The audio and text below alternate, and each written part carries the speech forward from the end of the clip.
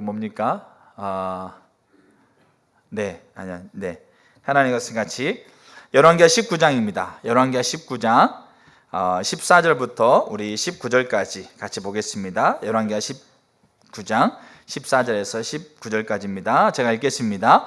히스기야가 사자의 손에서 편지를 받아보고 여호와의 성전에 올라가서 히스기야가 그 편지를 여호와 앞에 펴놓고 그 앞에서 히스기야가 기도하여 이르되 그룹들 위에 계신 이스라엘의 하나님 여호와여, 주는 천하 만국의 홀로 하나님이시라. 주께서 천지를 만드셨나이다. 여호와여, 귀를 기울여 들으소서. 여호와여, 눈을 떠서 보시옵소서.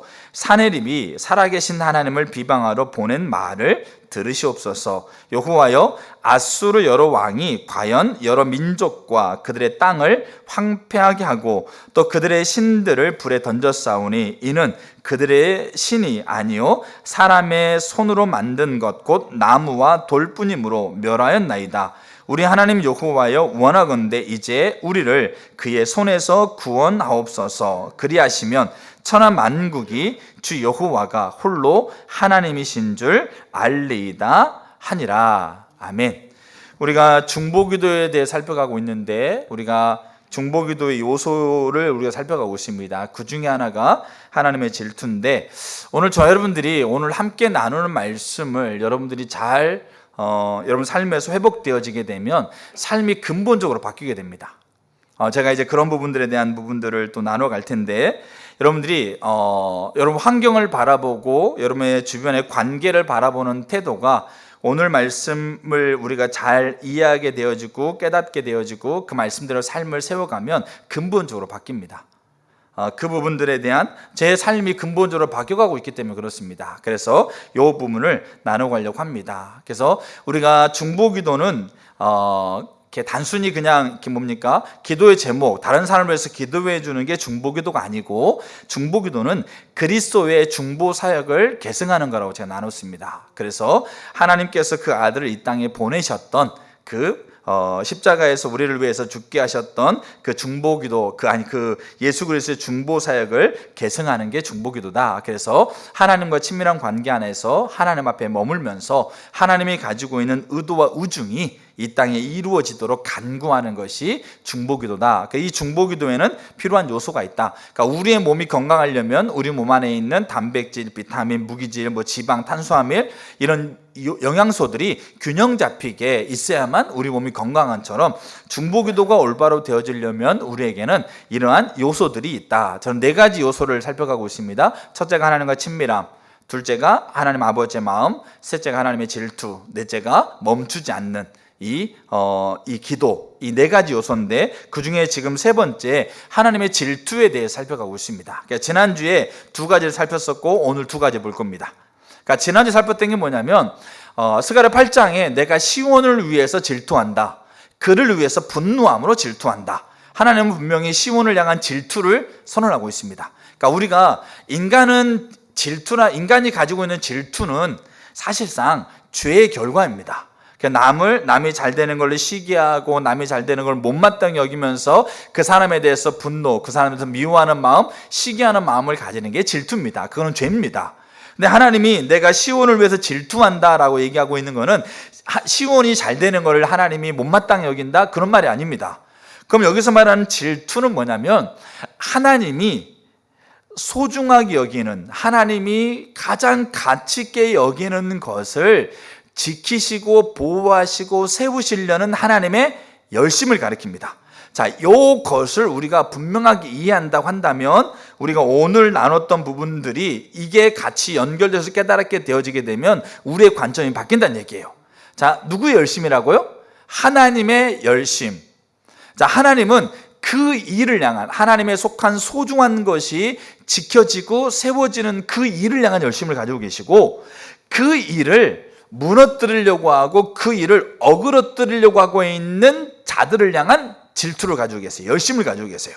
여러분, 그렇기 때문에 하나님이 소중하게 여기는 것을 침범하는 자들은 누구를 만나냐면 하나님 만나게 돼 있어요. 어떤 하나님이요? 대적하시는 하나님. 그 질투를 가지고 그거를 지키기 위해서 내 자녀가 남에게 폭력을 당하고 있어요. 그럼 부모가 뭐 합니까? 그 열심을 가지고 그 자녀, 그 폭력을 행사하고 있는 그 사람을 대적하는 것과 똑같이 하나님이 소중한 것을 지키기로 하는 그 열심을 가지고 그 일을 질투하시고 그 일을 지키시고 보호하시는 열심이 있고 그 일을 대적하는 자들을 향한 질투와 열심이 있다는 얘기죠. 여러분, 그래서 우리는 하나님의 일을 대적하면 안 돼요. 하나님의 일을 멸시하면 안 돼요. 그래서 그 열심이 하나님이 가지고 있는 질투다. 여러분, 하나님을 대적할 자가 없습니다. 하나님과 비교 견주어서 이길 자가 세상에 없는 거예요. 그게 하나님의 열심입니다. 그리고 이 하나님이 열심을 가지고 소중하게 여기시면서 지키려고 하시는 것들이 있어요.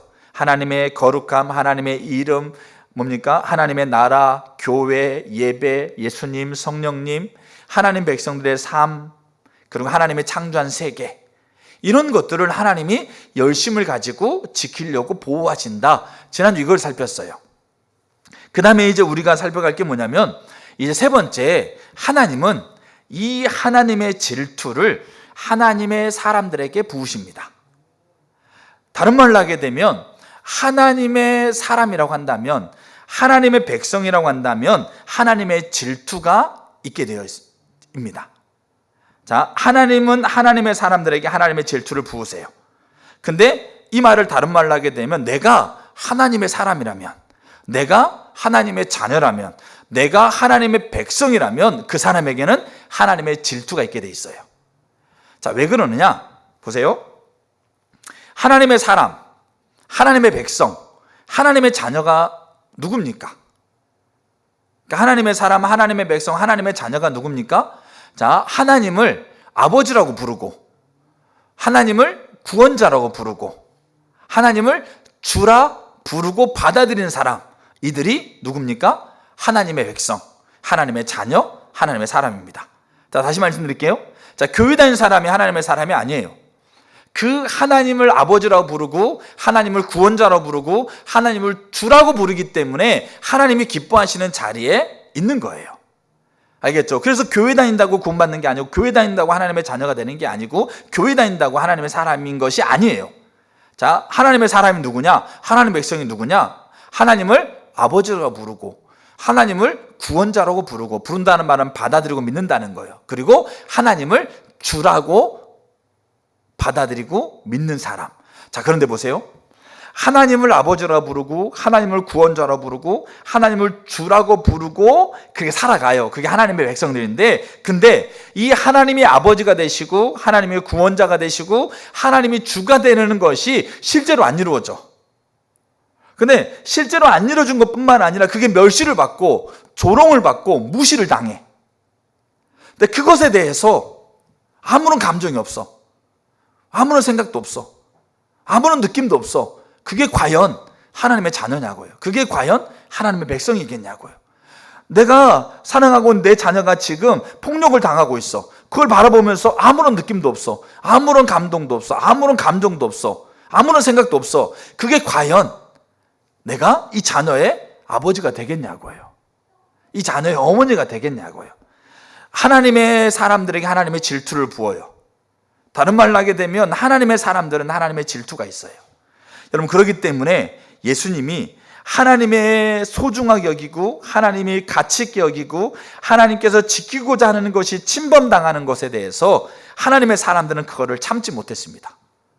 그 원한과 그 분노와 그 열심과 열정이 그들에게 있었다는 얘기예요. 자, 이거를 제가 몇몇 분들을 얘기를 한번 이렇게 나눠드릴게요. 예수님이 어느 날, 제가 지난주에 나눴었어요. 예수님이 어느 날 성전에 들어갔어요. 교회 갔다는 얘기예요, 쉽게 말해서. 근데 교회 갔는데 거기에서 예배드리고 있는 사람들이 하나님 앞에 예배드리고 있는 게 아니라, 교회는 뭐한 곳입니까? 성전은 하나님께 예배드리는 곳이에요. 근데 거기에서 짐승을 사고 팔고, 거기에서 돈을 환전하면서, 거기에서 자기의 생각, 자기의 욕심, 자기의 탐심을 채우는 것이 급급했던 그 교회 안에서 그 일을 행하고 있는 걸 보면서 예수님이 노끈으로 채찍을 만들어가지고 다 뒤집어 엎어버렸어요. 그걸 다 쫓아버렸어요. 그러면서 하나님의 집이 만민이 기도하는 집인데 강도의 소굴로 만들어버렸다라고 하면서 다 쫓아버렸어요. 근데 그때 그 모습을 보고 있는 제자들이 뭐가 번뜩 생각났냐면, 요한복음 2장 17절에 제자들이 성경 말씀에 주의 전을 사모하는 열심이 나를 삼키리라 한 것을 기억했다 이거죠. 예수님이 왜 그렇게 하셨느냐? 하나님이 소중하게 여기고 하나님이 가치 있게 여기고 하나님이 지키고자 하는 것에 대한 하나님의 열심을 가지고 있는데 그 소중하게 여기는 게 침범당하고 있는 거예요. 가치 있게 여기고 있는 것이 지금 멸시를 당하고 있는 거죠. 그것에 대한 열심과 열정 때문에 다 뒤집어 엎어버린 거예요. 민수기 25장에요 아론의 증손자인 비느하스에 대한 얘기가 나와요. 25장이 뭐라고 되어 있냐면 이스라엘이 시딤에 머물러 있더니 이스라엘이 진군하면서요 시딤이라는 도시에 장막을 쳤어요. 자, 그때 그 주변에 모압 여인들이 있었어요. 근데 모압 여자들과 음행하기를 시작했습니다. 잘 보세요. 이스라엘 백성이 가나안을 가는 과정 가운데 시딤이라는 곳에 진영을 차렸는데 그 주변에 모압 여인들과 음행하기 시작했어요. 근데 이게 이걸로 끝난 게 아니고 25장 이제는 뭐라고 되어 있냐면 그 여자들이 자기의 신을 가지고 들어와요. 그래서 이스라엘 백성을 청해. 자, 여러분 보세요. 지금 여러분 다 이렇게 앉아있는 분들 중에 다 이제 교회 다닌다고 얘기해서 하나님 믿는다고 얘기하는데 어느 여러분 지인이 그 여기 저기 아주 용한 무당이 굿한다고 여러분 초청했어. 그럼 가실래요? 자, 절에 천도주가 있으니까 가보자고 그래서 초청하면 가실래요? 자, 그래. 한번 간다 쳐. 근데 문제는 뭐냐면 이스라엘 백성을 청했어. 자, 이스라엘 백성을 청해가지고 그들이 모함 여자들이 믿고 있는 신들을 제사하는 곳에 그들을 초청했어. 그러니까 이스라엘 백성이 쫄래쫄래 따라가는 것도 정말 이게 말이 안 되는 건데 따라갔어요. 근데 그들은 뭐 하냐면 그들이 거기에서 먹고 그들이 그 모함 여자들의 신들 앞에서 절에 이 말은 예배했다는 말이에요. 자, 용한 무당이 굿한다고 그래 따라가. 거기에서 용한 무당이 굿한다고 그러니까 비나이비다 하고 있으니까 나도 그렇게 하고 있어.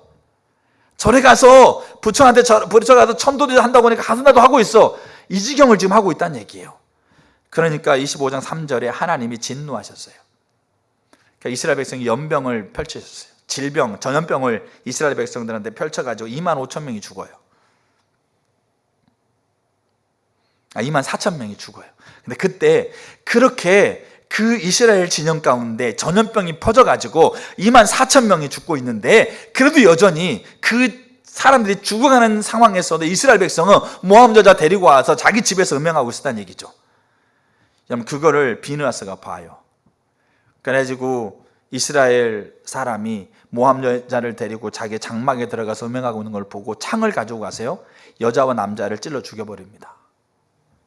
여러분, 우리가 하나님의 백성들이 굿하는데 절에 가가지고 다 쳐죽이라는 얘기 아니에요. 근데 그렇게 뭡니까?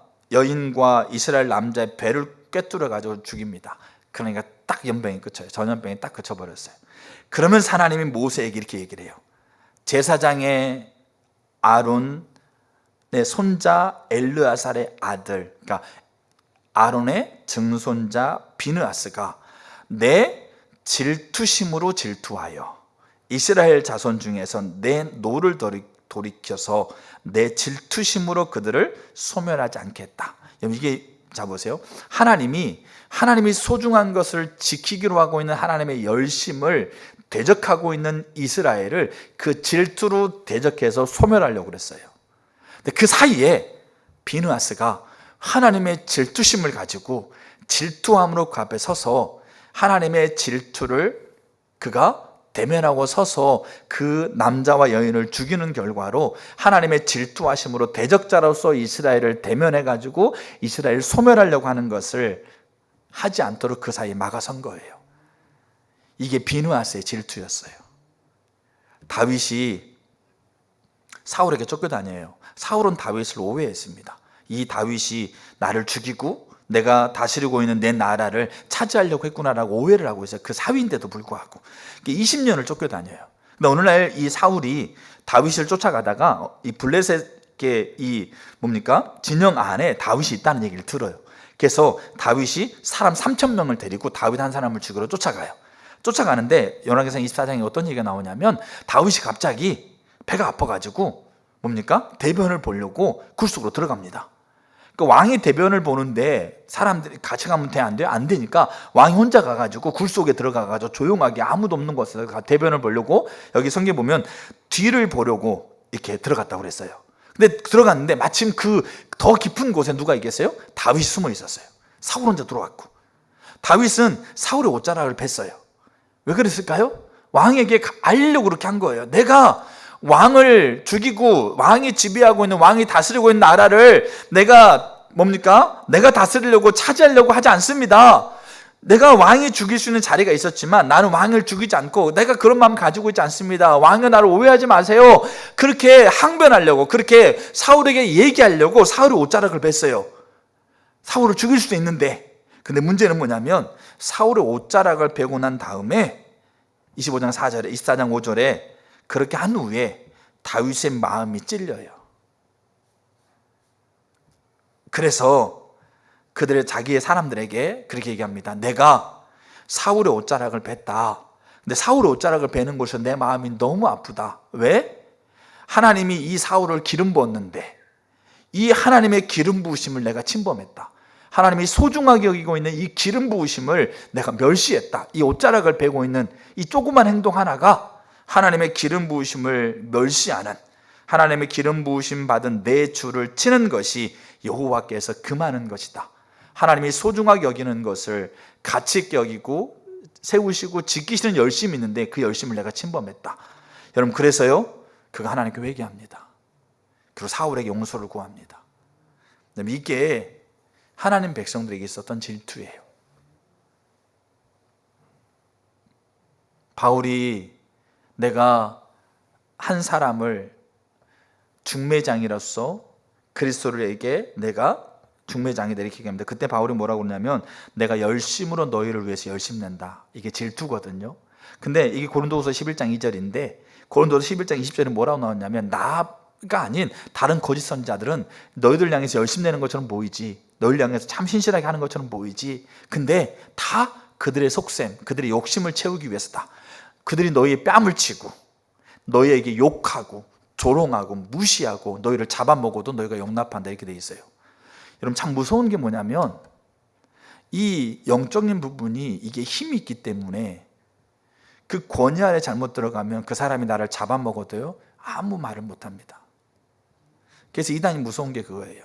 그들이 자기를 잡아먹어도요 그들은 그것에 대해서 벗어나지 못해요. 근데 그 당시에 거짓 선지자들이요 그들을 잡아먹었거든요. 잡아먹은 게 무슨 말인지에 대한 상세한 내용은 없어요. 근데 뺨을 치고 조롱하고 뭡니까? 종으로 삼고 잡아먹었다고 돼 있어요. 근데 그들을 위해서 열심을 내주는 거예요. 근데 그들은 그것을 용납한 거죠. 근데 바울이 뭐라고 그러냐면 나는 열심 내는데, 나는 너희들을 대해서 열심을 내는데 그 열심이 뭐냐면 너희 한 사람 한 사람이 누구라는 거죠? 그리스도의 정결한 신부라는 거예요. 하나님이 너희 한 사람 한 사람을 신부로서 지키고 세우고자 하는 열심을 가지고 계시는데 나는 그 열심으로 너희들에게 열심을 내서 너희들을 그리스도의 신부로 나는 중매장이 한다 이렇게 얘기하고 있는 거예요. 하나님의 사람들에게요 하나님의 질투가 있었어요. 그리고 하나님의 사람들에게 하나님의 질투를 부으세요. 그렇다고 한다면 여러분, 왜 우리가 이제 잘 봐야 될 게 뭐냐면 하나님의 사람들에게는 왜 하나님의 질투가 있을까? 하나님의 사람들에게 하나님의 질투를 부으시는데 어떻게 부으실까? 여러분, 어떻게 부으실 것 같으세요? 하나님의 사람들에게 하나님의 질투를 부으시는데 하나님이 소중하게 여기는 것들을 지키시고 세우시고 보호하시는 그 열심을 하나님의 사람들에게 부으시는데 그럼 어떻게 부을 것 같으세요? 그냥 뭐 이렇게 양동이 가져와가지고 막 그냥 질투는 막 그냥 싹싹 부어요? 그럼 그거 아니잖아요. 어떻게 부을까요? 성령을 통해서 부으세요. 그렇기 때문에 하나님의 자녀들은 하나님의 질투가 있는 거예요. 왜냐하면 우리 안에 성령이 내주에 계시니까. 근데 하나님을 아버지라 부르고 하나님을 구원자라 부르고 하나님을 주라 부르면서 그 하나님이 아버지 되심과 구원자 되심과 주가 되심이 실제가 안 되고 그게 오히려 멸시당하고 무시당하고 조롱당하고 침범당하는 걸 보면서 아무렇지 않아? 그렇다고 한다면 그 안에 성령이 계시는지를 고민해 보셔야 돼요. 그러면 하나님께서 성령을 통해서 우리에게 질투를 부으시고 우리에게 하나님께서 우리에게 질투를 우리에게 알리시는데, 성령을 통해서 우리에게 질투를 부으시는 여러 가지 통로가 있는데 저는 굳이 두 가지만 여러분에게 나누려고 해요. 하나가 뭐냐면 탄식이에요. 또 하나가 주시하게 하시는 거예요. 주시하게 하시는 것. 자, 그럼 첫 번째 탄식입니다. 자, 로마서 8장 26절. 자, 한번 띄워봐 주세요. 로마서 8장 26절입니다. 여러분, 우리가 이 구절을 정말 잘 아셔야 돼요. 자, 로마서 8장 26절에 이렇게 돼 있어요. 이와 같이, 자, 보세요.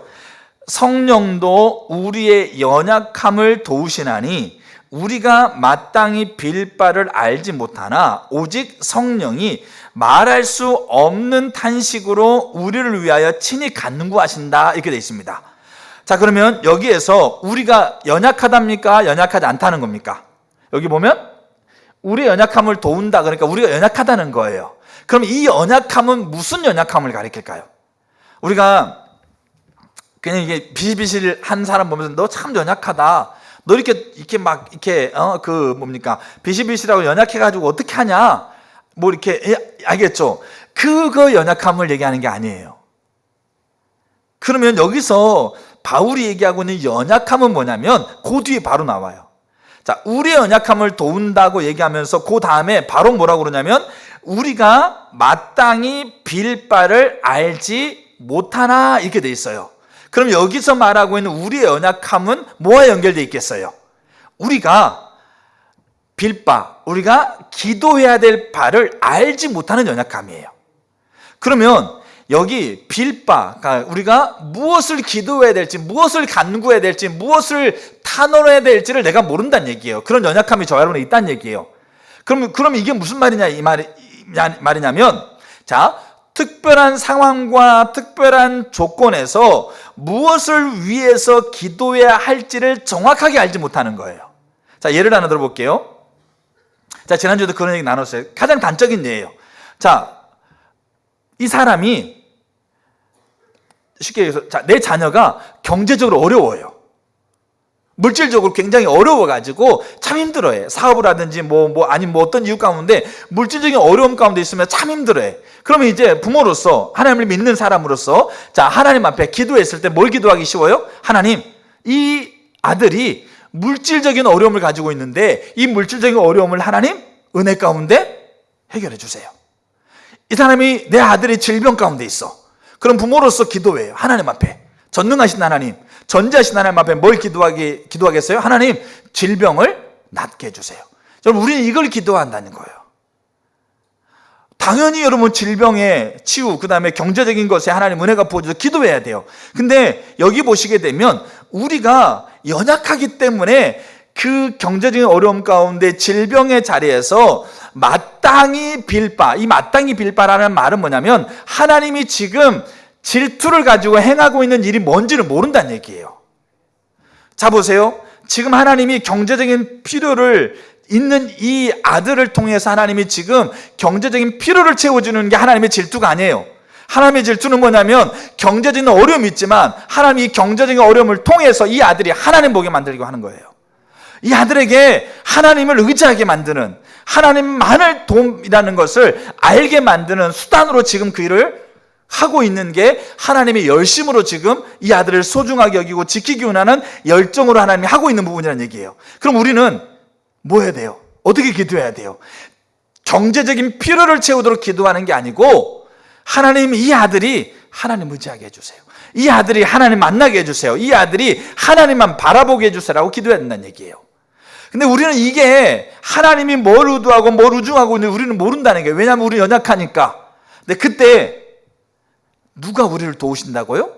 성령님이 우리 안에서 말할 수 없는 탄식으로 우리에게 간구하신다는 얘기예요. 우리에게 가르쳐준다는 얘기예요. 우리에게 알리신다는 얘기예요. 뭐를? 지금 이 상황에서, 이 처지에서, 이 환경에서 무엇을 하나님이 질투를 가지고 계시는지 소중하게 여기거든요. 지키기를 원하시거든요. 그 열심을 가지고 하나님이 무엇을 간구하기를 원하시는지를 우리에게 알리시는 거예요. 말할 수 없는 탄식으로. 그럼 모든 경제적인 필요의 힘듦이 다 하나님 의도가 있는 게 아니에요.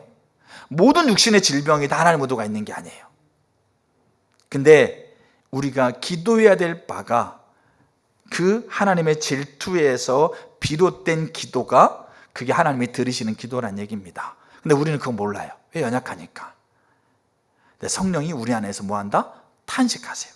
그래서 로이던스 목사님이 이 구절에 대해서 이렇게 얘기하고 있어요. 제가 읽어드릴게요. 보세요. 우리의 연약함 때문에 우리가 마땅히 어떻게 기도해야 할지를 알지 못하는 그러한 처지가 된 겁니다. 실제로 저와 여러분들이요, 기도를 어떻게 해야 될지는 몰라요. 그래서 우리가 들은 바대로, 우리가 생각하는 바대로, 우리가 가지고 있는 감정대로 기도하기 쉬워요. 근데 그렇게 우리가 연약하니까 그런 거예요. 자, 우리는 어떻게 해야 할지 몰라서 당황해한다. 그때 성령께서 그러한 처지에 있는 우리에게 오십니다. 말 그대로 정말 우리에게 오십니다. 하나님의 대변자로서 우리에게 오십니다. 오셔서 우리가 어떻게 기도해야 되는지를 대해서 우리에게 말씀하십니다. 이게 말할 수 없는 탄식이에요. 우리가 고통 중에 어려움 가운데 직면해 있었을 때, 법적인 문제를 내가 몰라요. 내 상황 속에서 억울해. 근데 나는 이거를 해결할 수가 없어. 그럼 우리는 누굴 찾아가요? 변호사 찾아가요. 그러니까 변호사 찾아가서 내 억울한 사정을 다 얘기를 해. 그럼 내가 이제 판사 앞에, 재판장 앞에 서야 되는데 어떻게 얘기할지는 모르겠어요. 어떻게 받아들일지 모르겠어요. 그럼 변호사가 뭐라 그래요? 그러면 이렇게 얘기하세요. 여기까지만 얘기하고 이건 얘기하지 마세요. 그리고 이 상황 가운데 당신은 충분히 억울할 수 있으니까 충분히 가능합니다. 이렇게 변호사가 가르쳐준다는 얘기예요. 내가 뭔 말할지 몰라. 나는 법적으로 어떻게 이게 뭔지도 모르니까 변호사 찾아가가지고 물어보면 그분이 이렇게 대답하세요. 그 나머지는 내가 다 할 테니까. 그래서 우리가 대답할 말을 가르쳐준다는 얘기예요. 우리가 어떤 자세로 서야 될지를 가르쳐준다는 거, 어떤 관점으로 우리가 봐야 될지를 가르쳐준다는 얘기예요. 왜? 나는 연약하기 때문에 그 법적인 영역에서 내 상황이 지금 정확하게 어떤 상황이고 재판장 앞에서 어떻게 될지 모르고 경찰 앞에서 어떻게 될지 모르기 때문에. 근데 억울한 거야. 근데 변호사가 뭡니까? 대답할 말을 알지 못하는 그 사람에게 변호사의, 자보세요, 임무는 그 사람의 입에 말을 넣어주는 것이고 할 말을 하게 하는 거란 얘기예요. 성령께서 똑같이 우리와 더불어서 일을 하신다는 얘기예요. 여러분, 저는 그렇기 때문에 저는 이 사실에 대한 분명한 인식을 가지고 있어요. 그렇기 때문에 저는 기도할 때요, 내 안에서 탄식하시는 성령의 소리를 들으려고 그래요. 때로는 그래서 저는 제가 기도하고 있는 저의 기도의 소리를 제가 들어요.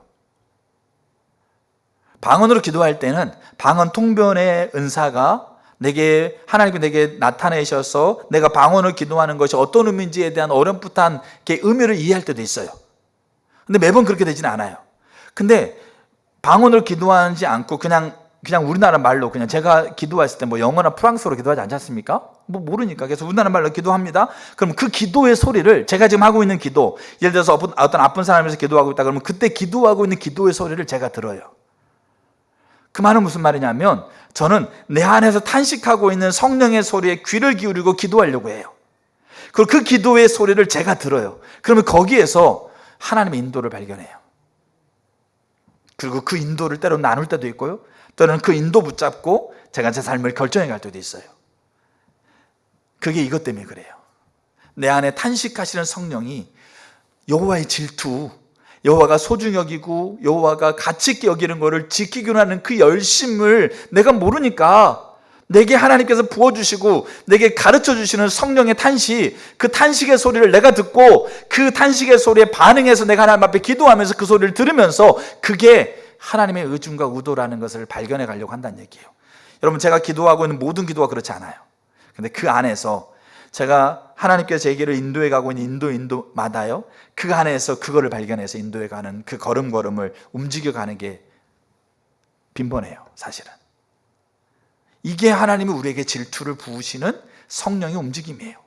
여러분 안에서 탄식하고 계시는 성령의 소리를 들으려고 하세요? 듣고 기도하려고 하세요? 여러분, 우리의 기도 한번 잘 돌아보세요.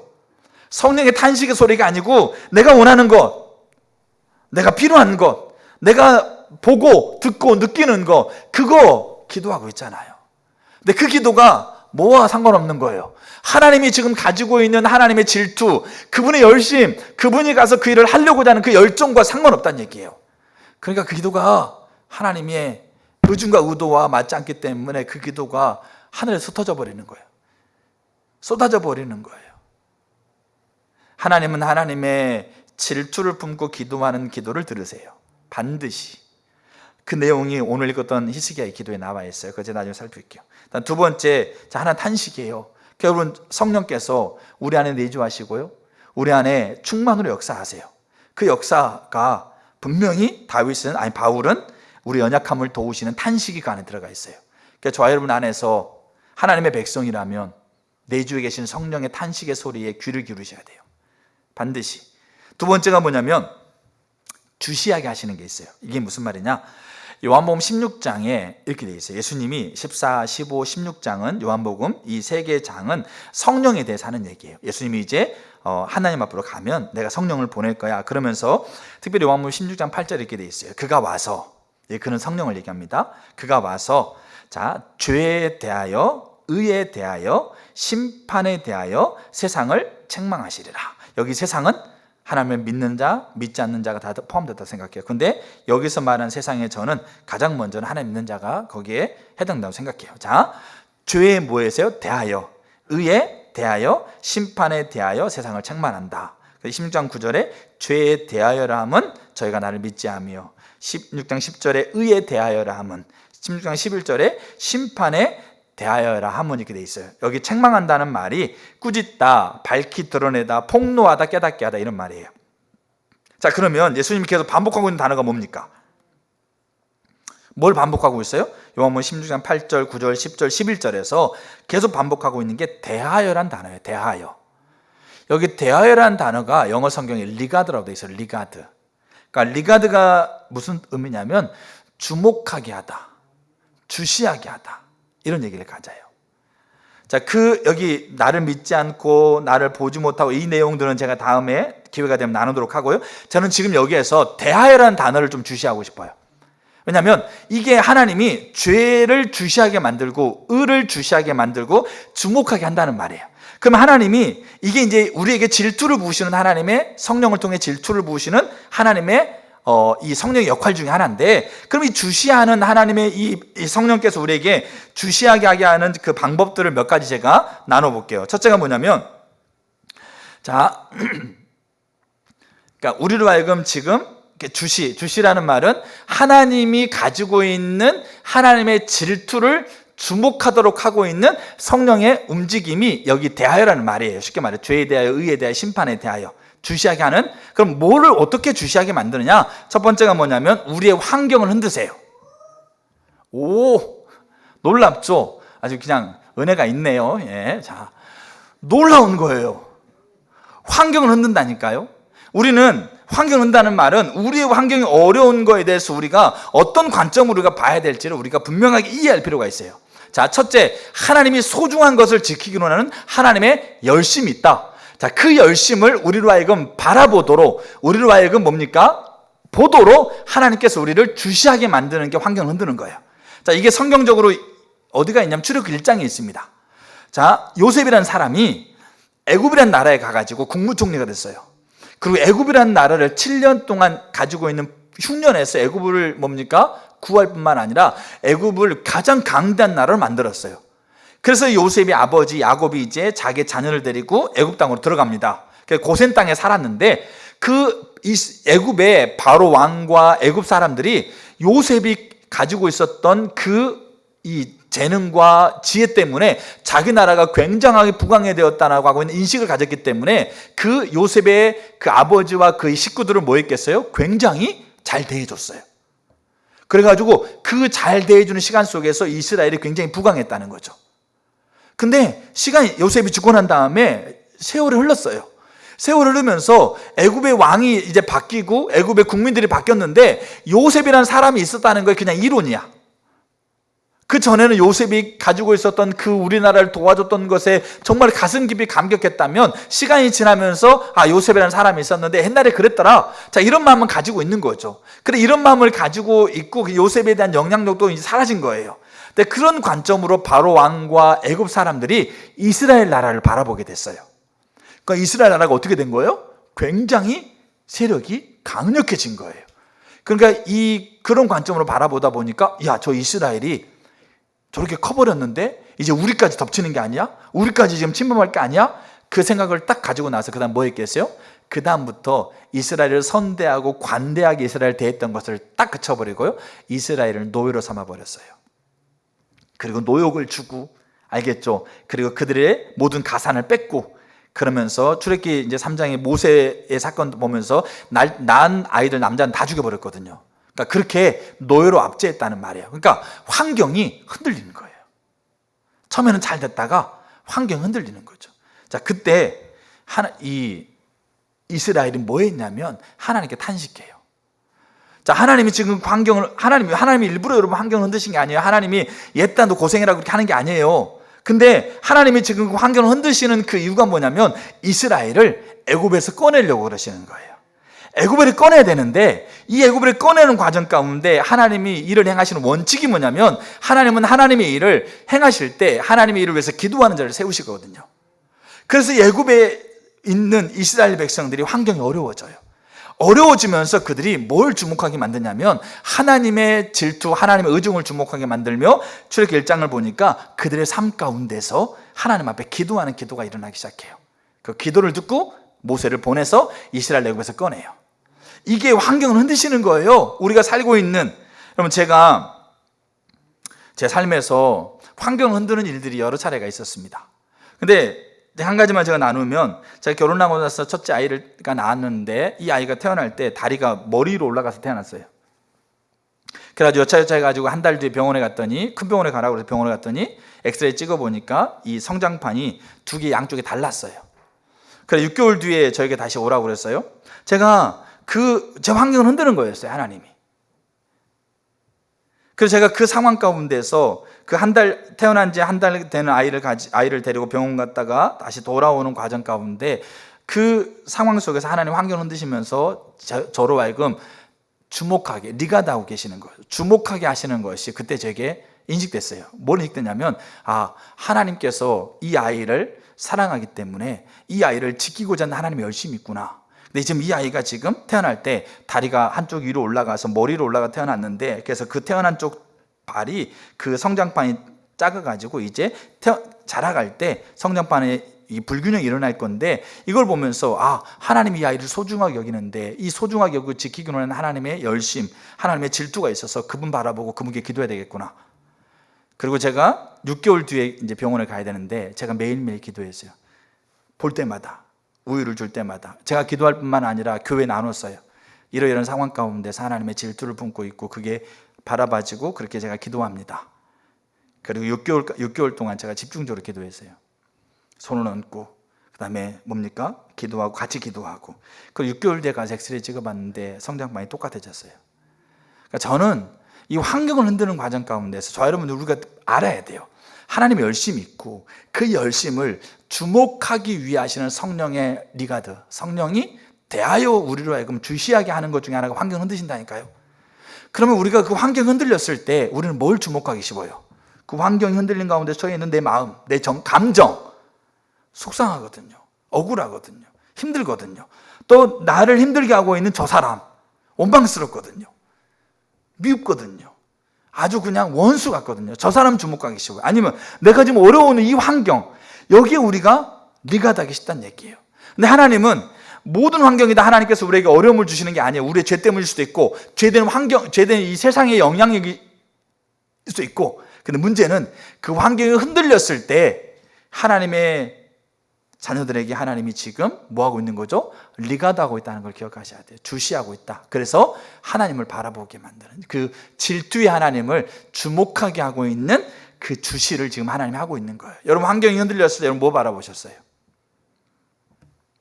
대부분의 사람들이요, 환경이 흔들렸을 때 질투를 품고 있는 하나님 바라보지 못해요. 근데 이 질투를 품고 있는 하나님에 대한 분명한 인식을 갖는 자들은 그 환경이 흔들렸을 때 질투를 품고 있는 그 하나님을 주목하게 만드는 하나님의 움직임을 따라서 하나님을 주목하게 돼 있어요.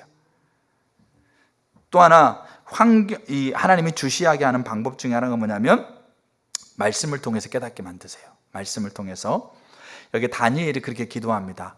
황폐한 성소 가운데 주의 얼굴빛을 비춰주세요. 이게 다니엘의 기도였거든요.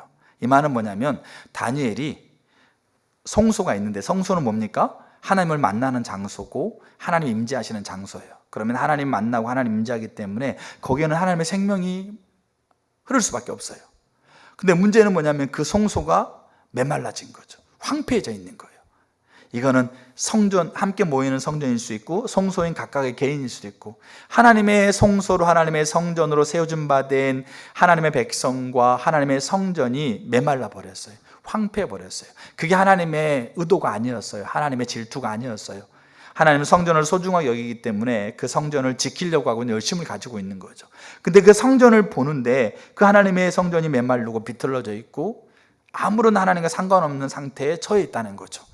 그것을 하나님께서 질투를 가지고 회복하기 원한다는 것을 다니엘이 깨닫는 거예요. 그럼 그 다니엘이 그걸 어떻게 깨달았느냐? 다니엘 9장에 기도하는 그 다니엘의 기도 속에 1장 이렇게 9장 1절, 내가 성경을 통해서 예레미야서를 읽는 과정 가운데 하나님께서 성전을 회복하겠다는, 성전된 이스라엘 백성을 회복하게 70년이 지나면 내가 성전을 회복하게 하겠다는 하나님의 말씀을 읽으면서 그 70년이 이제 다 되었다는 것을 깨달았다. 하나님이 회복하게 하겠다고 하고 있는 하나님의 질투를 품고 그 열심으로 역사하고자 하는 그 날이 이제 얼마 남지 않았구나, 이게 깨달아진 거예요. 그러고 나서 성전을 위해서 하나님 앞에 기도하는 거죠. 하나님, 이 황폐한 성소 가운데 하나님의 얼굴빛을 비춰주세요.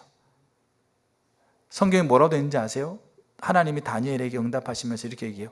21일을 기도하거든요. 이거는 이 바사군이 이 다니엘의 기도 응답을 가지고 온 천사를 막았다고 얘기되어 있어요. 근데 하나님이 이렇게 얘기해요. 네가 기도하기로 결심하고 있는 그 순간 내가 이미 응답했다, 이렇게 얘기를 하고 있어요.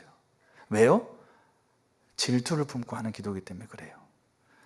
제가 지지난주 5월 5일 날 금요 기도회 때 제가 나눴었어요. 뭐냐면 5월 5일 날 비가 왔어요.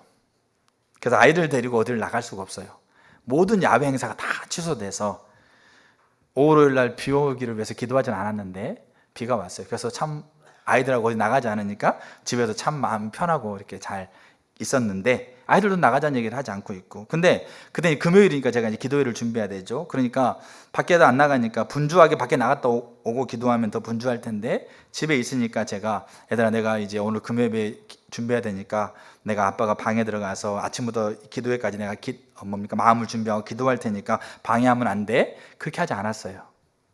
아이들과 함께 있으면서 제가 가지고 있는 제 못된 성격, 못된 이 혈기, 분노, 이걸 가지고 아이들에게 여차에서 사건이 있었어요. 아이들 혼냈는데 그 혼냄 속에 제가 가지고 있는 분노와 혈기가 들어갔어요. 그때 그 전에 어떤 제가 좀 이렇게 속상한 일이 있고 좀 이렇게 힘든 일이 있었어요. 그래서 그것이 아마 거기에 담겨져 있었다고 생각해요.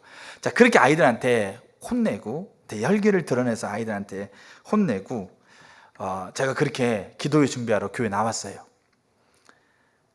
그럼 제가 목사인데, 그리고 제가 기도회를 인도해야 되는데 그렇게 해놓고 나왔는데 준비가 되겠냐고요. 이렇게 너무 속상하고 내 자신이 비참하고, 그러니까 기도가 준비가 안 돼요. 근데 그렇게 있다가 하나님이 제게 번뜩 생각나게 하는 게 에스겔 37장이었어요. 그러니까 37장은 제가 다 알고 있는 내용이에요. 에스겔의 마른 뼈들에 대한 하나님의 환상. 그래서 마른 뼈가 있는 골짜기, 거기에 흩어져 가지고 메말라버린 마른 뼈 있는 골짜기에 가서 에스겔의 눈에는 다 말라 비틀어진 거죠. 근데 하나님이 그렇게 얘기를 해요. 에스겔아, 이 뼈가 살겠느냐? 그때 하나님께서 에스겔이 하나님이 아십니다, 그렇게 합니다. 에스겔의 대언을 통해서 뼈가 맞춰지고요, 거기에 살이 붙어요. 그리고 생기가 불어와서, 근데 거기에 딱 한 단어가 눈에 들어오더라고요. 그들이 뭐가 됩니까? 여호와의 군대가 돼요. 그게 딱 생각나면서 이런 마음이 들었어요. 하나님은 내 눈에는 마른 뼈고 내 눈에는 갈라 비틀어졌고, 그러니까 내가 나를 바라볼 때 정말 혈기와 분노가 아직까지 내려지지 않는, 제가 중학교 2학년 때 예수 믿고 나서 신앙생활 제가 꽤 오래 했거든요. 신앙의 본질을 따라간다고 하나님 앞에 꽤 오래 하나님 앞에 섰거든요. 근데도 아직 내 혈기와 내 분노 하나도 내가 하나님 앞에서 온전하게 처리하고 있지 못하고 있는 내 연약한 모습, 내 비참한 모습, 그 모습 가지고 하나님 앞에 지금 서면서 내가 나를 바라보니까 너무 비참해 보이는데, 근데 하나님은 나를 군대로 보고 있었구나. 그럼 내가 내 아이들도 애들이 잘 지냈기 때문에 내가 분노가 나가지고 혼내는 게 아니고, 뭔가 이 아이들이 문제가 있는 계기가 있었어요. 서로 간에 뭐 이렇게 다투고 말이 좀 이런 계기가 있었는데, 그것 때문에 아이들 다투고 아이들에게 혼냈지만, 내가 봤을 때 이 아이들이 그게 엄청나게 문제가 있는 부분이었었지만, 내 눈에는 말라 보이고 내 눈에는 비틀어 보이고 내 눈에는 뭡니까? 아무렇게 정말 못돼 보이지만, 하나님은 이를 군대로 보고 있구나. 이게 번뜩 생각이 들더라고요. 나를 군대로 보고 계시고 내 자녀를 군대로 보고 계시고, 그게 비춰지니까 하나님 앞에 다시 제가 하나님을 주목하게 됐어요. 나를 군대로 보고 계신 하나님, 그럼 내 아이를 군대로 보고 계신 하나님, 그거 하나 붙들고 제가 예배 자리에 섰어요. 그리고 월요일에 기도회 나누면서 그거 나눴어요. 저는 그거 붙들고 하나님 앞에, 하나님 나로 하여금 말씀을 통해서 지금 하나님의 질투를 뭐하게 만드신 거죠? 주목하게 만든 거예요. 이 아이가 지금 상황이 어떻든지, 이 아이의 처지가 어떻든지, 하나님은 여호와의 군대로 이 아이를 보고 있다. 그게 여호와의 질투다. 그럼 나 또한 여호와의 질투로 보고 계시기 때문에, 내가 지금 이 자리에서 내 감정, 내 생각, 내 환경으로 서는 게 아니고 그 여호와의 질투를 품고 나는 하나님을 예배한다. 그러면 절박하게 하나님을 찬양했어요. 그거 하나 딱 붙들고, 아무런 자격이 없고 아무런 내세울 게 없지만 그거 하나 붙들고 절박하게 하나님을 찬양하고 기도하고 하나님 앞에 섰어요. 그러니까 제 마음속에 분명한 확신이 들더라고요. 하나님이 내 예배를 받으셨다. 하나님이 내 기도를 들으셨다. 이 분명한 확신이 그 안에 들게 됐어요. 왜요? 제가 뛰어나서가 아니에요. 제가 뭔가 월요일 날 밖에 안 나가고 하루 종일 하나님 앞에 기도하면서 하나님 말씀을 하루 종일 읽으면서 그때 준비된 상태로 예배 드렸기 때문이 아니었어요. 저는 말씀을 통해서 주시하게 만드는 하나님의, 이 말씀을 통해 주시하게 하시는 하나님의 움직임에 저는 반응했고, 제 눈에 그 질투가 보였고, 그 질투 하나 붙들고 그 시간에 하나님 앞에 섰던 거였어요. 그러니까 저는 그것 때문에 확신한 거예요. 내 기도를, 내 예배를 하나님이 받으셨다. 여러분, 이렇게 되어지니까 제가 그 처지와 그 상황에서, 그 힘들고 어려움이 있었지만 그 상황에서 제가 근본적으로 바뀌더라고요. 제가 지금 아까 서두 얘기했던 이 관점을 알면 우리는 환경과 상황과 처지 안에서 우리가 근본적으로 바뀌게 돼 있어요. 그러고 나서 제 마음속에 말할 수 없는 평안이 오더라고요. 나의 연약한 거 상관없이 나에게 허락하신 하나님의 사랑이 말없이 느껴지더라고요. 하나님이 우리에게 주시하게 하는 또 하나의 방법이 성령의 감동이에요. 이 성령의 감동은 뭐냐면, 누가복음 2장에 시므온이라는 사람이 있습니다. 이 시므온이라는 사람에게 그 성경에 보면 성령이 그 위에 있다고 돼 있어요. 근데 이 시므온이라는 사람에게 성령이 감동하세요. 어떤 감동이냐면, 시므온아, 네가 메시아를 보지 않고는 죽지 않을 거야. 그 말은 시몬이 살아가고 있는 그 시대에 누가 오겠다는 거죠? 메시아이신 예수님이 오겠다는 거예요. 자, 근데 봐보세요. 그러니까 메시아를 보내시는 열심을 지금 시몬에게 성령의 감동으로 지금 이렇게 주시하게 하신 거죠. 그러면 시몬은 메시아를, 내가 살고 있는 시대에 메시아를 보내겠다고 하고 있는 여호와의 질투를 주목해요. 근데 언제, 어디서, 어떻게, 누구를 통해서 아이가 태어나지 시몬이 아래 몰라요. 모르겠죠. 마리아를 통해서 아이가 태어나고, 그 아이가 시몬이 어디서 처음 만날까요? 마리아가 그 당시 난지 8일이 되면 아이를 데리고 성전에 가서 하나님 앞에 이 아이를 헌하는 그 의식을 이스라엘 백성은 다 했다는 얘기죠. 하루에 이스라엘 성전으로 몇 명의 아이들이 오는지 몰라요. 근데 그 중에 어느 날 마리아가 아이를 안고 오는데, 시몬이 딱 그 순간에 그 마리아가 안고 오는 그 아이를 딱 보는데, 이 아이가 하나님의 보내셨던, 자기에게 성령이 감동하셨던, 자기가 하나님께서 메시아를 보내겠다고 하고 있는 여호와의 질투를 품고 있었던 그 아이라는 걸 딱 깨달아요. 근데 잘 보세요. 그 전까지요, 시몬이 하루만 기도했을 것 같으세요? 언제, 어디서, 누구에게, 어떻게 태어날지도 모르는 그 질투만 품고 시몬이 기도했다는 거죠. 근데 그 아이를 만나는 그 순간 그가 가지고 있는 감격과 감동은 말할 수 없을 거예요. 성령의 감동했을 때 그는 그가 살고 있는 그 시대에 하나님이 메시아를 보내겠다고 하고 있는 그 하나님의 질투를 품고 그는 그 인생을 하나님 앞에 주목하게 됩니다. 거기에 누가복음 2장에 안나라는 여인도 나와요. 평생을 그렇게 하나님 메시아를 보내겠다고 하고 있는 그 성령의 감동으로 평생을 그렇게 하나님 앞에 하나님을 주목하고 서갔던 인생이에요. 근데 그 인생이 메시아를 만나요. 하나님 앞에 기도했던 그 기도를 하나님이 들으셨다는 거예요. 제가 대전에서 목회할 때 저는 이 이야기를 정말 자부심으로 얘기합니다. 뭐냐면 제가 대전에서 목회할 때 한 3년 정도 지났을 때 제 마음속에 성령이 감동하신 게 있었어요. 그게 뭐냐면 나라를 위해서 기도해야 되겠다. 우리나라 대한민국을 위해서 기도해야 되겠다. 여러분, 대한민국 국민이라면 대한민국을 사랑해야 되고 하나님의 백성이라면 대한민국을 위해서 기도해야 돼요? 당연한 거예요. 그래서 저도 우리가 기도해야 된다. 근데 그냥 기도하지 말고 우리가 한 주간 월요일부터 토요일까지 매일매일 모여서 같이 기도합시다. 그렇게 하고 나서 제가 이제 기도회를 인도하는 거죠. 근데 기도회를 인도하려고 생각해 보니까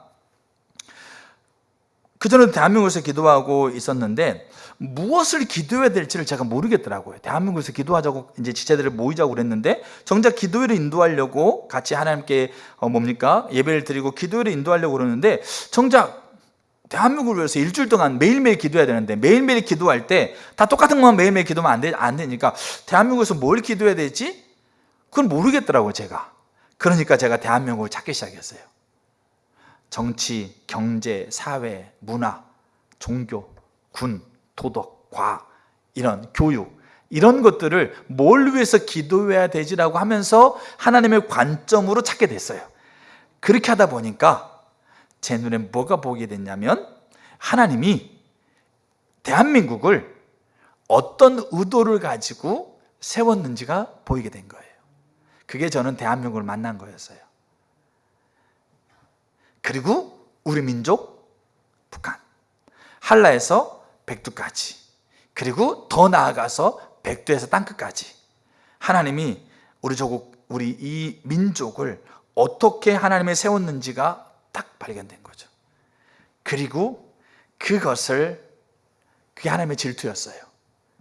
저는 이 하나님의 질투가 깨달아진 순간부터 저는 지금까지 이 하나님의 질투를 갖고 기도합니다. 이 나라를 위해서, 이 민족을 위해서, 또 중국과 또 러시아와 그렇게 하나님 복음이 흘러가야 될 이 영역을 위해서 이렇게 기도합니다. 하나님의 질투를 품고. 그러니까 저는 분명히 확신한 게 있어요.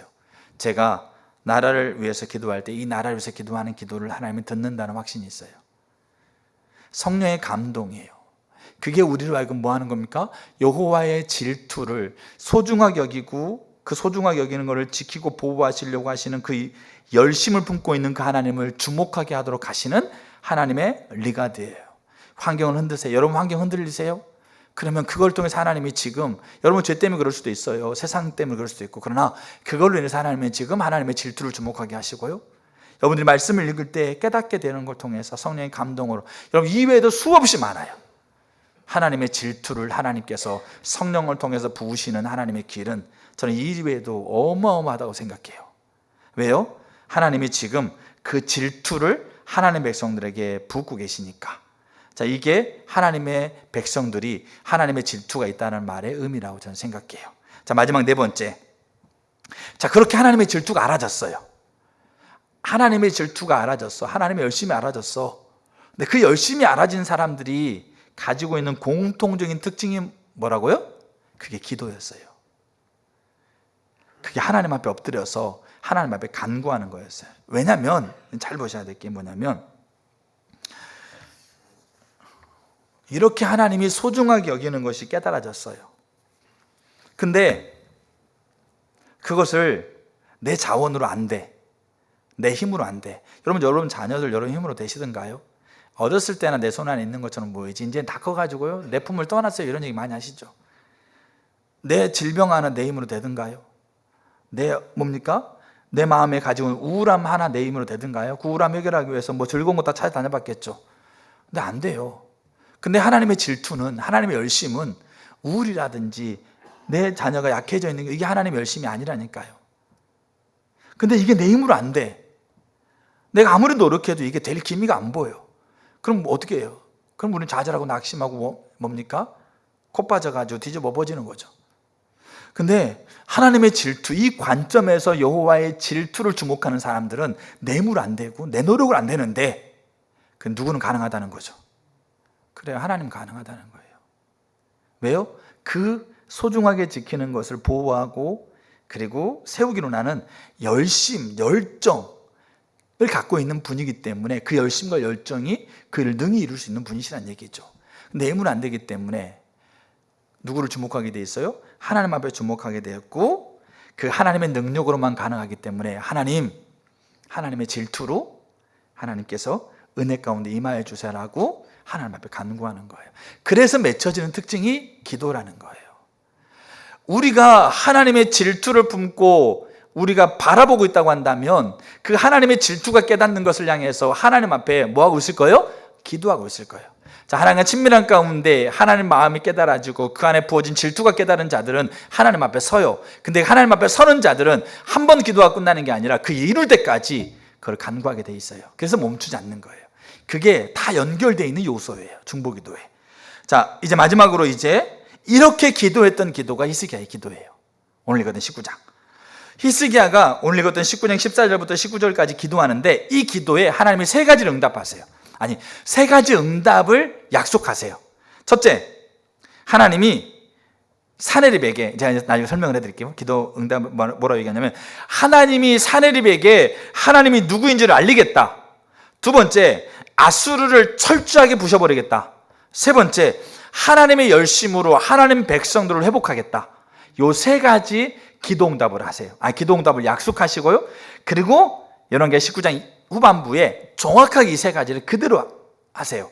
근데 이렇게 하셨던 것에 히스기야의 기도가 있어요. 그럼 이게 히스기야의 기도가 어떤 기도냐면 제가 시간이 없어서 간략하게 말씀드릴게요. 아수르라는 나라가 있습니다. 아수르라는 나라가 이스라엘 유다를 침공했어요. 유다가 아수르라는 나라로 전쟁해가지고 유다가 패합니다. 그래서 이 유다가 뭡니까? 히스기야 왕 때 뭡니까? 그 아수르 나라라는 왕의 이름이 사네립이라는 왕이에요. 알겠죠?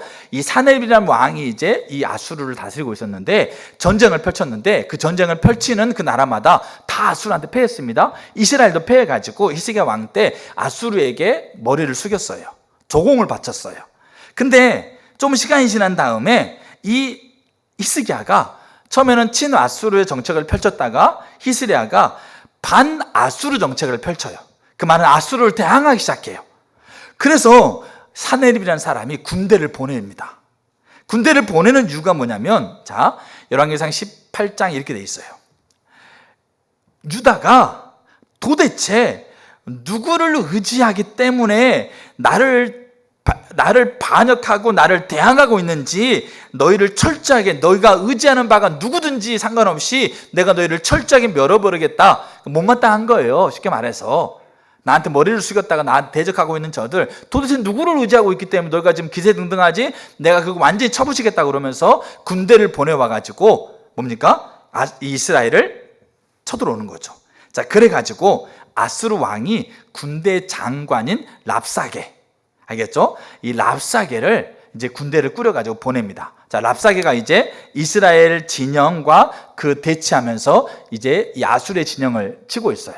근데 이 랍사게라는 사람이 전쟁에 앞서서요, 이스라엘 백성 진영으로 다가와서 이스라엘 백성들 향해서 그렇게 외쳐요. 근데 이스라엘 지도자들이 뭐라고 얘기하냐면 랍사게한테, 랍사게야, 너희 나라 말로 얘기해라. 우리나라 말로 얘기하지 말고. 이 말은 미국 사람이 랍사게라고 생각해 보세요. 미국 사람이 저기 강원도 시골에 가가지고 할머니 할아버지를 100명을 모아놓고 미국 말로 샬라샬라 하고 있어. 그러면 할머니 할아버지들이 그 얘기를 알아듣겠어, 못 알아듣겠어요? 못 알아듣겠죠. 이게 뭔 얘기요? 분위기 봐서는 뭔가 좀 이렇게 심각한 것처럼 보이는데 그 내용이 뭔지 몰라. 그러니까 그렇게 얘기해도 괜찮다 이거 생각해가지고 랍사게한테 그렇게 부탁한 거예요. 이게 얼마나 굴욕적인 거예요. 네가 아수르 나라 말로 그냥 얘기해라. 몇몇 지도자들만 알겠지만 우리나라 유다 민족들은 그게 무슨 내용인지 모르니까 그렇게 얘기하라고, 그렇게 얘기하고 있다니까요. 읽어보세요. 근데 랍사게가 얼마나 비열한지 뭐라고 얘기하냐면 미국 사람이 시골에 가가지고 할머니 할아버지를 100명을 모아놓고 한국 나라 말로 얘기해버렸다는 얘기예요. 쉽게 말해서 유다 말로 얘기를 해요. 근데 그 얘기가 이런 얘기예요. 자, 왕의 사네립의 말을 대언하는데 랍사게가 이렇게 얘기합니다. 아수르, 내 나라 아수르와 전쟁에서 나를 대항했던 나라가 너무 많았다. 근데 그 나라마다 자기들이 믿는 신이 있었다. 그 신을 의지해서 나를 대항했는데 어느 나라 하나 나한테 이긴 나라가 없다. 알겠죠? 그래서 내가 그들이 믿고 있는 신보다 더 위대하고 대단하다. 너희 유다, 너희가 지금 히스기야를 통해서 너희가 지금 누구를 의지하고 있다? 하나님을 의지하고 있어서 하나님을 믿고 있고 하나님을 의지하고 있으면서 나를 지금 대항하고 있느냐? 내가 전쟁에서 그들이 각 나라가 믿고 있는 신들이 자기를 지킬 것처럼 여겼지만 근데 어느 신 하나 자기 나라를 지킨 신이 없었는데 너희 유다, 너희가 믿는 하나님이 너희를 지킬 것 같아? 이 비리비리비리야 이러면서 온갖 비난과 모욕과 욕을 다 쏟아부은 거예요. 뭐로? 미국 사람이 미국말로 영어로 하는 게 아니고 우리나라 말로. 그 얘기가 전쟁 한복판에 그렇게 랍사게가 퍼붓고 있는 하나님의 이름을 멸시하고 조롱하고 있는 그 이야기를 이 전쟁터에서 벌어지고 있는 것을 이 전령이 편지를 써가지고 히스기야한테 보낸 거예요. 히스기야가 그 편지를 읽고 나니까 뭐 했겠어요? 가만히 있을 수 없어가지고 그 편지를 먼저 이사야한테 보내. 그러고 나서 그 편지를 들고 오늘 읽었던 본문처럼 편지를 들고 성전에 들어가요. 성전에 들어가서 하나님 앞에 편지를 펼쳐놓고 하나님 앞에 그렇게 기도해요. 결론이 그거예요. 하나님, 여호와여 원하건대 이제 우리를 그의 손에서 구원하옵소서. 이거는 우리가 지금 힘들어요, 아파요, 편하게 살고 싶으니까 날 도와주세요 이런 게 아니에요. 그럼 그렇게 기도했다는 거죠. 왜 그렇게 기도했을까요? 그리하시면 천하 만국이 주 여호와가 홀로 하나님이신 줄 알리이다. 이게 히스기야에게 부어졌던 질투였어요. 하나님의 이름이 조롱당하고 무시당하고 있는 저 이방인의 입속에서 뭡니까? 온갖 욕설과 온갖 조롱 가운데 담겨져 있는 여호와의 이름, 그 여호와의 이름이 조롱당하고 무시당하는 기타 나라들이 섬기고 있는 잡신들, 살아있는 신이 아니라 자기가 만들어서 뭡니까? 신이라고 여기고 있는 그 잡신들과 같이 취급당하고 있는 걸 보면서 여호와의 질투가 히스기야에 부어져서 가만히 있을 수 없었어요. 뭡니까? 성전에 들어가서 하나님 앞에 대면하면서 편지를 펼쳐놓고 하나님 읽어보시라고, 하나님 보시라고, 얼마나 하나님을 조롱하고 있는 소리가 이 이야기에 담겨져 있다고, 이거 가만두시냐고요. 하나님 원컨대 우리나라 구원해 주세요. 그러면서 하나님의 이름이 조롱당하지 않은 이름이라는 것을 온 천하에 알려주세요. 그러니까 하나님이 히스기야에게 세 가지 기도응답을 하세요. 내가 사네립에게 내 이름을 알리겠다. 두 번째, 아수르를 처절하게 부숴드리겠다. 세 번째, 그것만이 아니에요. 이스라엘이요, 랍사게가 외치고 있는 소리에 아무도 반응하지 못하고요, 그냥 그걸 수긍하고 듣고 있는 거예요. 벌벌 떨고 있는 거죠. 근데 하나님이 내 이름을 향한 질투로 이스라엘 백성을 회복하겠다. 이게 세 가지 기도 응답의 약속이었어요. 그리고 19장 이하를 보게 되면 하나님이 정확하게 그 일을 하세요. 랍사게가 하나님 인정하게 되고요, 사네립이 완전히 아수르가 패해가지고 도망가면서 그 왕이 죽어요. 그걸 보면서 하나님의 이름에 대한 그 영광을 이스라엘이 다시 회복하게 돼요. 이게 하나님의 질투를 품고 있는 자들이 갖고 있는 기도였어요. 근데 이 기도를 하나님 뭐 하신다? 하나님이 들으세요. 저 여러분들에게 하나님의 질투가 있어서 그 질투를 가지고 하나님 앞에 그 영역을 위해서 기도하고 선다면 하나님이 우리의 기도를 들으신다고요. 우리의 연약함, 우리의 형편, 우리의 상황과 상관없이 그 질투를 가지고 기도하는 기도를 하나님 들으신다고요. 근데 하나님이 들으시는 거지, 내가 원하는 대로 내가 필요한 방법대로 움직이시는 분이 하나님이 아니에요. 하나님은 하나님의 때 하나님 방법으로 하나님이 결정하셔서 움직이는 건데, 문제는 뭐냐면 내 기도를 들으신다고요. 교회의 기도를 들으신다고요. 누가? 그 질투를 품고 계신 하나님이 그것을 들으신다고요.